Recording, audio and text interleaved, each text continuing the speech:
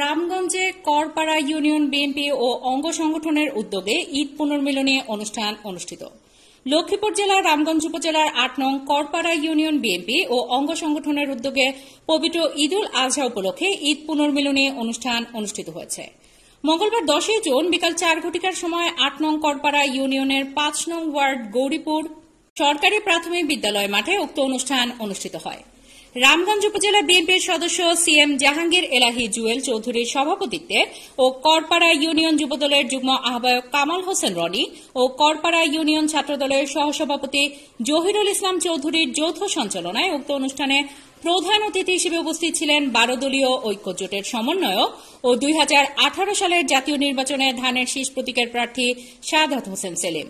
বিশেষ অতিথি হিসেবে উপস্থিত ছিলেন রামগঞ্জ উপজেলা বিএনপির আহ্বায়ক মোজাম্মেল হোসেন মঞ্জু, বাংলাদেশ যুবদলের সাবেক সহসভাপতি ইমাম হোসেন, রামগঞ্জ উপজেলা বিএনপির সদস্য ভিপি শাহ আলম, বাংলাদেশ স্বেচ্ছাসেবক দলের যুগ্ম সাধারণ সম্পাদক নজরুল ইসলাম নোমান, এবি পার্টির শিল্প ও বাণিজ্য বিষয়ক সম্পাদক আশরাফ মাহমুদ রুমেল, দক্ষিণ বদরপুর গৌরীপুর কল্যাণ ট্রাস্টের সভাপতি রুবেল হোসেন সহ বাংলাদেশ জাতীয়তাবাদী দল বিএনপি ও অঙ্গ সংগঠনের সকল নেতৃবৃন্দ ও এলাকার বিশিষ্ট ব্যক্তিবর্গ।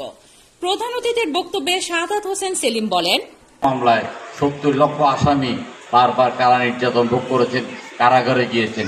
বিএনপির অসংখ্য নেতাকর্মী হামলা, মামলা, গুম, খুনের শিকার হয়েছেন। আমরা হাল ছাড়ি নাই। আমরা জানি এই কালনাগিনী স্বৈর শাসক শেখ হাসিনার পতন হবেই হবে। আমরা অভ্যুত্থানের জন্য অপেক্ষা করছিলাম।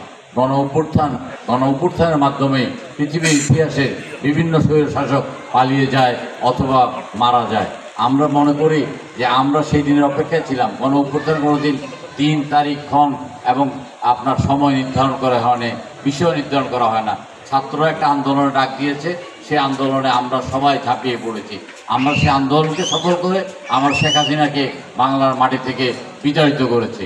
বাংলার মাটি থেকে বিতাড়িত করে আমরা একটা গণতন্ত্রের আকাঙ্ক্ষায় আমরা একটা অন্তর্বর্তীকালীন সরকার গঠন করেছি।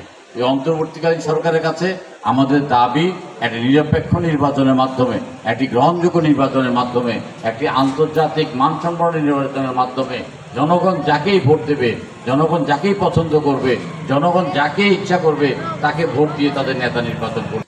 আজকে আল্লাহর দরবারে শুকরিয়া, জুলাই আগস্টে যারা আত্মহতি দিয়েছেন তাদের বদলতে আজকে আমরা খোলা ময়দানে বসে ঈদ পূর্ব আমরা একটা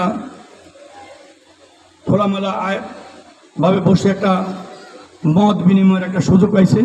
এই জন্য আমরা তাদের আত্মার মাগফিরাত কামনা করি। এবং পারিবারিকভাবে এই মাওলানা লুৎফুর রহমান মাওলানা সাহেবের একজন ভক্ত মানুষ আমরা। উনি যে দলে করুক, আমরা যেই দলে করি, ব্যক্তিগতভাবে ওনার প্রতি আমাদের একটা শ্রদ্ধা। এরকম একজন মানুষ আমাদের মাঝ থেকে মনে হয় ১ বছর হয় নাই উনি চলে গেছেন। আমরা প্রত্যেকে ওনার রুহের মাগফিরাত কামনা করি। আমার বিশ্বাস উনি পরকালে ভালো আছেন এবং আল্লাহ যেন ওনাকে ভালো রাখে। কোনো কথা থাকবে না। আমরা সবাই ধানের শীষের ভোট দিয়ে ধানের শীষের ভোট করবো ইনশাআল্লাহ। আমরা আগামীতে আমাদের সকল নেতা কর্মী, সকল প্রোগ্রামে বাংলাদেশ জাতীয়তাবাদী দল বিএনপি পক্ষ হয়ে আমরা কাজ করবো। আমরা এই পক্ষে আজকে বলি সবাই ঐক্যবদ্ধ হয়ে সবাই ধানের শীষের জন্য আমরা কাজ করব। আমাদের কাছে কোনো দল নাই।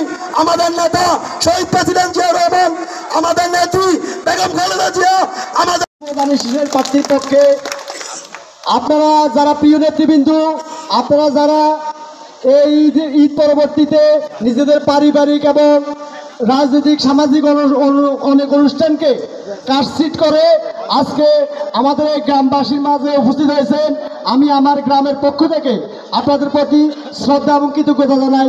ধন্যবাদ সবাইকে। আসসালামু আলাইকুম।